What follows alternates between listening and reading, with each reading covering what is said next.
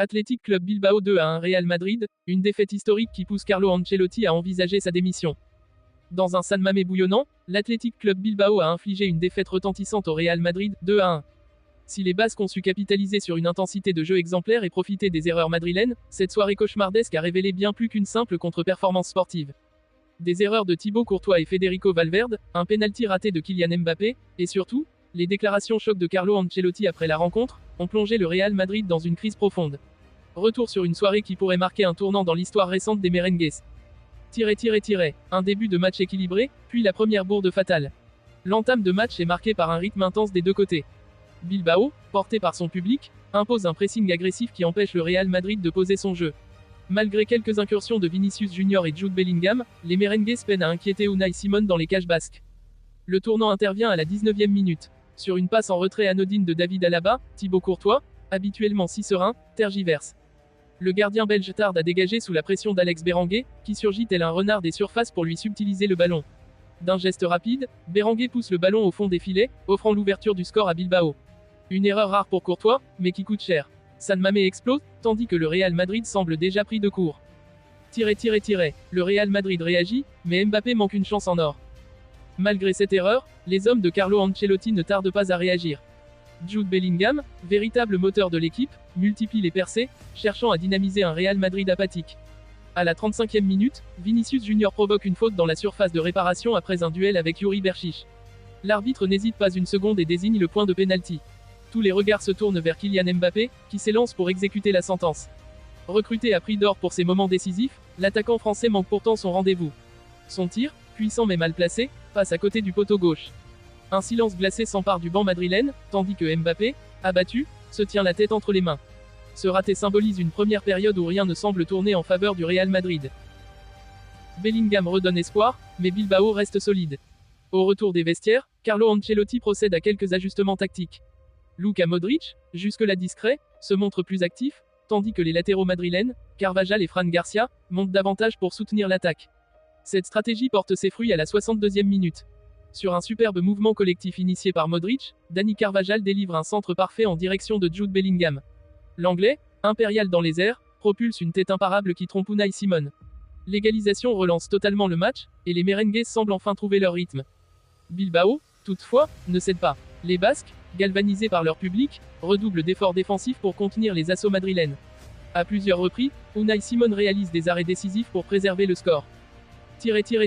La bévue de Valverde qui scelle le sort du Real Madrid. Alors que le Real Madrid domine les débats et semble proche de prendre l'avantage, une nouvelle erreur individuelle vient ruiner leurs efforts. À la 78e minute, Federico Valverde, pressé dans sa surface par les attaquants basques, tente une relance hasardeuse dans l'axe. Le ballon, mal ajusté, atterrit directement dans les pieds de Gorka Guruzeta. L'attaquant de Bilbao ne se fait pas prier. D'un contrôle orienté, il élimine Antonio Rüdiger et envoie une frappe précise au ras du poteau. Courtois, impuissant, voit le ballon franchir la ligne. Le San Mamés explose une nouvelle fois, et Bilbao reprend l'avantage à 2-1. Un Real impuissant et un Ancelotti abattu.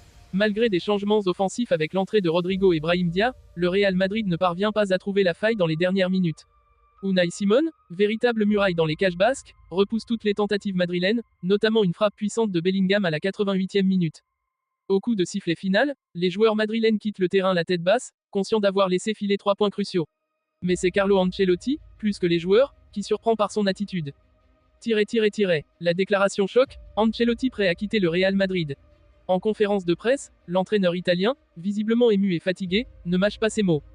Plus grand que, je prends toute la responsabilité de cette défaite. Ce soir, nous avons été loin de notre niveau habituel. Les erreurs de Courtois et Valverde sont regrettables, mais ce sont les symptômes d'un problème plus profond. Peut-être que mon message ne passe plus. Je réfléchis sérieusement à mon avenir. Si je suis un obstacle pour cette équipe, alors il est peut-être temps pour moi de partir. Ces propos ont immédiatement déclenché une onde de choc. Ancelotti, figure emblématique du Real Madrid, n'avait jamais laissé entendre une telle lassitude.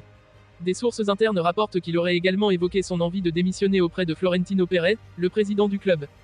Les raisons d'une éventuelle démission. Plusieurs facteurs semblent peser sur la décision d'Ancelotti. 1. La pression constante, entraîner le Real Madrid, un club où seule la victoire compte, peut s'avérer usant, même pour un technicien chevronné comme lui. 2. Un vestiaire en crise, les tensions entre certains cadres et les difficultés d'intégration de Mbappé ont contribué à un climat délétère. 3. Un calendrier infernal, entre Liga, Ligue des Champions et autres compétitions, les joueurs et le staff sont constamment sous pression, ce qui affecte la dynamique de l'équipe. Quelles conséquences pour le Real Madrid? Si Carlo Ancelotti venait à confirmer sa démission, le Real Madrid entrerait dans une période d'incertitude. Les rumeurs concernant son successeur vont bon train, avec des noms comme Xavi Alonso ou Raúl González en tête de liste. Pour les supporters, cette défaite face à Bilbao restera un traumatisme, mais la perspective de perdre Ancelotti pourrait être un coup encore plus dur à encaisser. Florentino Pérez devra agir rapidement pour éviter que cette crise ne s'aggrave.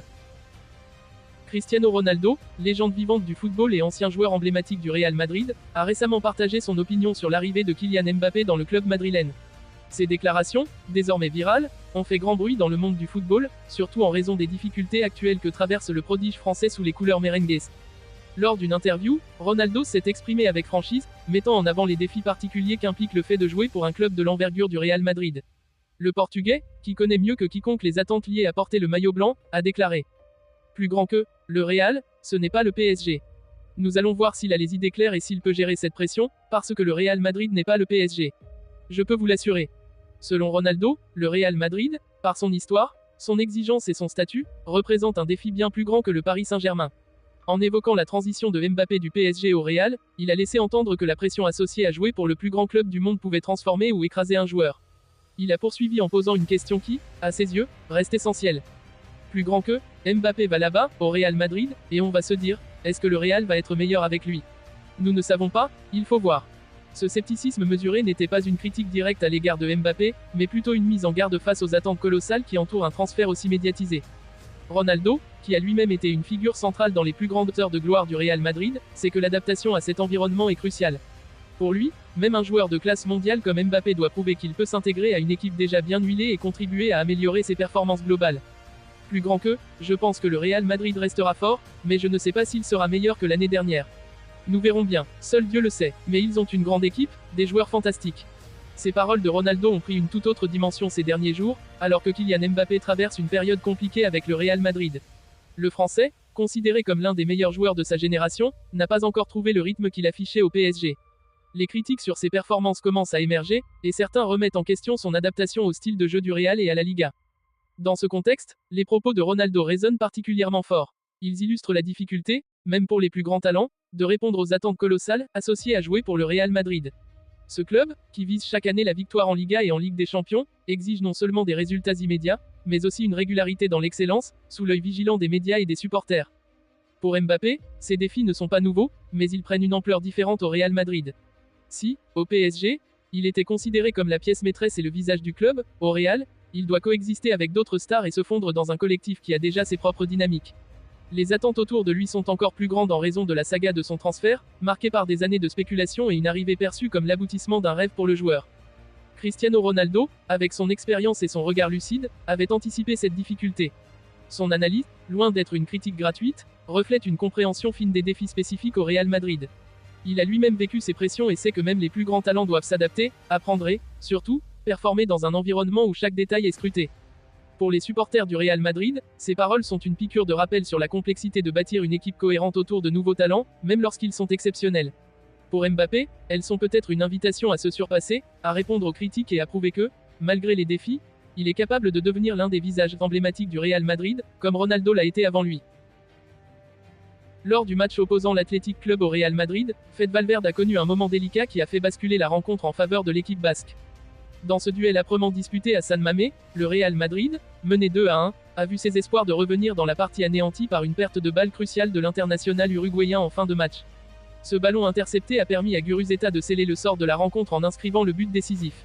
Une action malheureuse pour Valverde, souvent considéré comme l'un des joueurs les plus fiables de l'effectif madrilène. Malgré cet épisode, Valverde a fait preuve d'une grande maturité en prenant publiquement la responsabilité de son erreur.